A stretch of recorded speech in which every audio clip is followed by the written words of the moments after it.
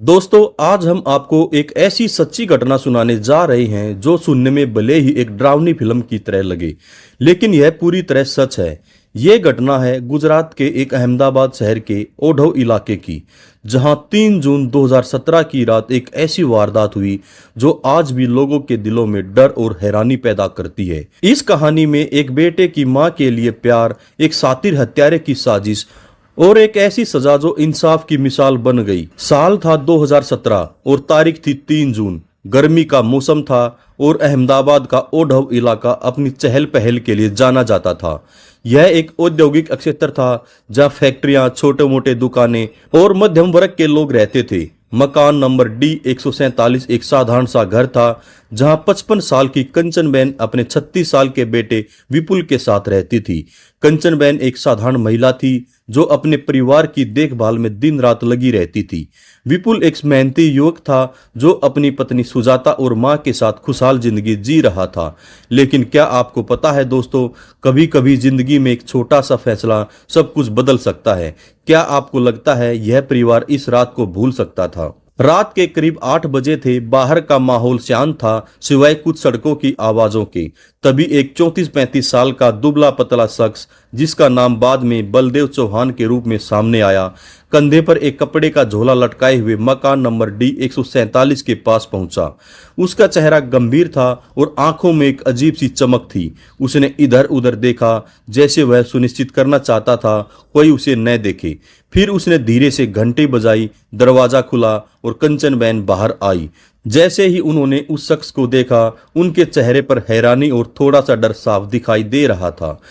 कंचनबेन ने सख्त लहजे में पूछा, तुम अब क्या है तुम्हारा यहाँ जो तुम आए हो? बलदेव ने मुस्कुराते हुए जवाब दिया, बहुत बीमार रहती हो न अम्मा, मैंने सोचा घर जाकर इलाज कर देता हूँ। लेकिन दोस्तों, क्या आपको लगता है यह सच था? क्या कोई बीमारी का बहाना लेकर रात 8 बजे किसी के घर जाता है? नहीं, यह बस एक बहाना था और असली मकसद कुछ और था। कंचनबेन को शायद अंदाजा नहीं था उनके सामने खड़ा यह शख्स उनके और उनके बेटे की मौत का पैगाम लेकर आया है। बलदेव का असली मकसद था कंचनबेन और विपुल को खत्म करना। लेकिन क्यों? इसका जवाब छिपा था उसके और विपुल की पत्नी सुजाता के रिश्ते में। बलदेव श्रीराम अस्पताल में कंपाउंडर के रूप में काम करता था और उसकी मुलाकात सुजाता से इसी दौरान हुई थी।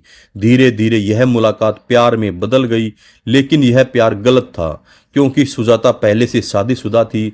विपुल और कंचनबेन इस रिश्ते से नाराज थे और बार बार बलदेव को चेतावनी देते थे। बलदेव के मन में गुस्सा और जलन बढ़ती गई। उसने सोचा, अगर ये दोनों नहीं रहेंगे तो सुजाता मेरी हो जाएगी। और फिर उसने एक खतरनाक प्लान बनाया।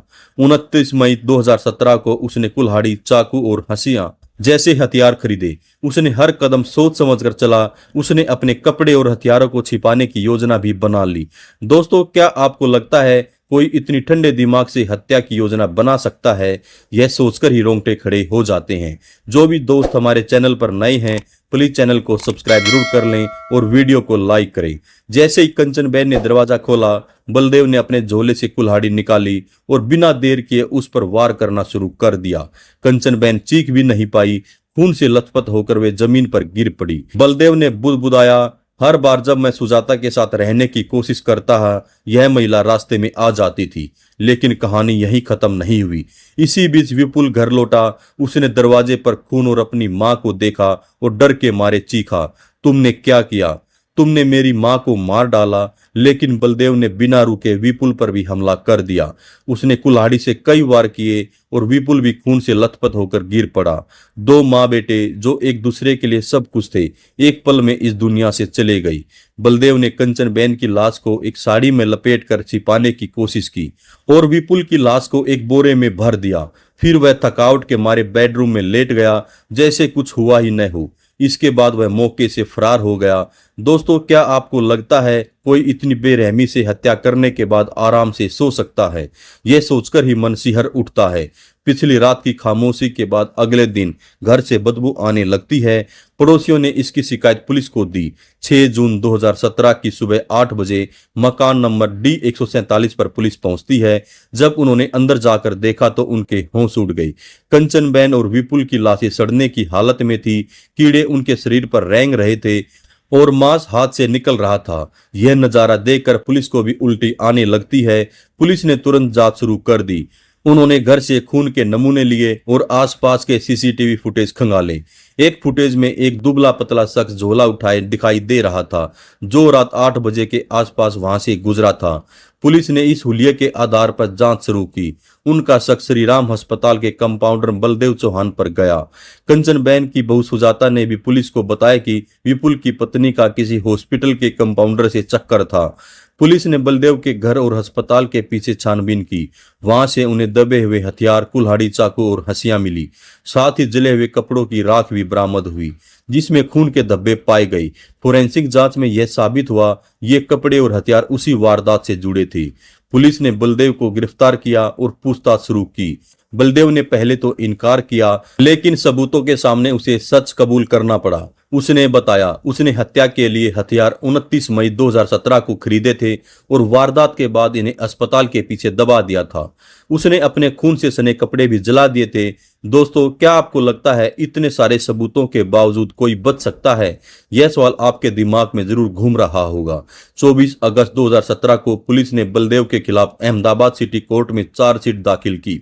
मुकदमे की सुनवाई शुरू हुई और सरकारी वकील RF पटनी ने 38 गवाहों के बयान पेश किए। उन्होंने दलील दी बलदेव ने हत्याकांड की ठंडे दिमाग से योजना बनाई थी।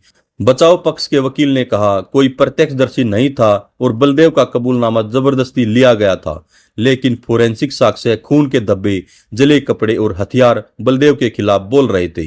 10 सितंबर 2024 को अतिरिक्त सत्र न्यायाधीश भरत जाधव ने फैसला सुनाया। उन्होंने कहा अपनी यौन इच्छा पूरी करने के लिए बलदेव चौहान ने प्री प्लान तरीके से एक मां बेटे का मर्डर किया है। यह इंसान का नहीं, इंसानियत का मर्डर है। कोर्ट ने बलदेव को दोषी करार देते हुए मौत की सजा सुनाई। यह फैसला पूरे इलाके में चर्चा का विषय बन गया।